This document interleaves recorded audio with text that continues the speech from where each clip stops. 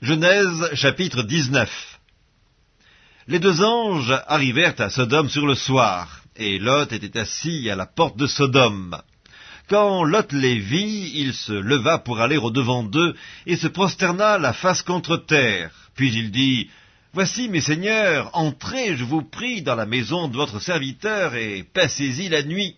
Lavez-vous les pieds, vous vous lèverez de bon matin, et vous poursuivrez votre route. » « Non, répondirent-ils, nous passerons la nuit dans la rue. » Mais Lot les pressa tellement qu'ils vinrent chez lui et entrèrent dans sa maison. Il leur donna un festin et fit cuire des pains sans levain, et ils mangèrent. Il n'était pas encore couché que les gens de la ville, les gens de Sodome, entourèrent la maison depuis les enfants jusqu'aux vieillards. Toute la population était accourue. Ils appelèrent Lot et lui dirent, « Où sont les hommes qui sont entrés chez toi cette nuit ? Fais-les sortir vers nous pour que nous les connaissions. » Lot sortit vers eux à l'entrée de la maison et ferma la porte derrière lui, et il dit, « Mes frères, je vous prie, ne faites pas le mal. Voici, j'ai 2 filles qui n'ont point connu d'homme, je vous les amènerai dehors, et vous leur ferez ce qu'il vous plaira. Seulement, ne faites rien à ces hommes, puisqu'ils sont venus à l'ombre de mon toit. » Ils dirent, « Retire-toi. » Ils dirent encore, « Celui-ci est venu comme étranger, et il veut faire le juge. Eh bien, nous te ferons pis qu'à eux. » Et pressant Lot avec violence, ils s'avancèrent pour briser la porte. Les hommes étendirent la main, firent rentrer Lot vers eux dans la maison, et fermèrent la porte.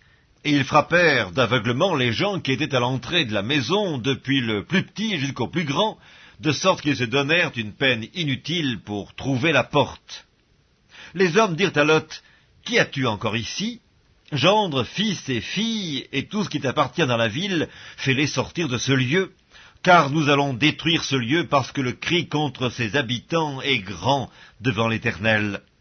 L'Éternel nous a envoyés pour le détruire. » Lot sortit et parla à ses gendres qui avaient pris ses filles. « Levez-vous, dit-il, sortez de ce lieu, car l'Éternel va détruire la ville. » Mais aux yeux de ses gendres, il parut plaisanter.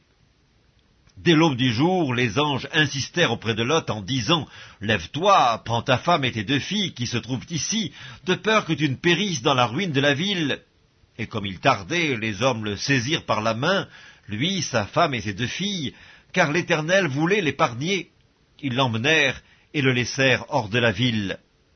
Après les avoir fait sortir, l'un d'eux dit, « Sauve-toi pour ta vie, ne regarde pas derrière toi, et ne t'arrête pas dans toute la plaine, sauve-toi vers la montagne, de peur que tu ne périsses. » Lot leur dit, « Oh non, Seigneur, voici, j'ai trouvé grâce à tes yeux, et tu as montré la grandeur de ta miséricorde à mon égard en me conservant la vie, mais je ne puis me sauver à la montagne avant que le désastre m'atteigne, et je périrai. Voici, cette ville est assez proche pour que je m'y réfugie, et elle est petite. Oh, que je puisse m'y sauver! N'est-elle pas petite, et que mon âme vive? » Et il lui dit, « Voici, je t'accorde encore cette grâce, et je ne détruirai pas la ville dont tu parles, mais hâte-toi de t'y réfugier, car je ne puis rien faire jusqu'à ce que tu y sois arrivé. » C'est pour cela que l'on a donné à cette ville le nom de Tsoar. Le soleil se levait sur la terre lorsque Lot entra dans Tsoar. Alors l'Éternel fit pleuvoir du ciel sur Sodome et sur Gomorrhe, du soufre et du feu, de par l'Éternel. Il détruisit ces villes, toute la plaine et tous les habitants des villes et les plantes de la terre. La femme de Lot regarda en arrière, et elle devint une statue de sel. Abraham se leva de bon matin pour aller au lieu où ils étaient tenus en présence de l'Éternel. Il porta ses regards du côté de Sodome et de Gomorrhe, et sur tout le territoire de la plaine. Et voici, il vit s'élever de la terre une fumée, comme la fumée d'une fournaise. Lorsque Dieu détruisit les villes de la plaine, il se souvint d'Abraham, et il fit échapper Lot du milieu du désastre, par lequel il bouleversa les villes où Lot avait établi sa demeure. Lot quitta Tsoar pour la hauteur, et se fixa sur la montagne avec ses 2 filles, car il craignait de rester à Tsoar. Il habita dans une caverne, lui et ses 2 filles. L'aînée dit à la plus jeune, « Notre père est vieux, et il n'y a point d'homme dans la contrée pour venir vers nous, selon l'usage de tous les pays. Viens, faisons boire du vin à notre père, et couchons avec lui, afin que nous conservions la race de notre père. » Elles firent donc boire du vin à leur père cette nuit-là, et l'aînée alla coucher avec son père. Il ne s'aperçut ni quand elle se coucha, ni quand elle se leva. Le lendemain, l'aînée dit à la plus jeune, « Voici, j'ai couché la nuit dernière avec mon père, faisons-lui boire du vin encore cette nuit, et va coucher avec lui, afin que nous conservions la race de notre père. » Et elles firent boire du vin à leur père encore cette nuit-là, et la cadette alla coucher avec lui. Il ne s'aperçut ni quand elle se coucha, ni quand elle se leva. Les deux filles de Lot devinrent enceintes de leur père.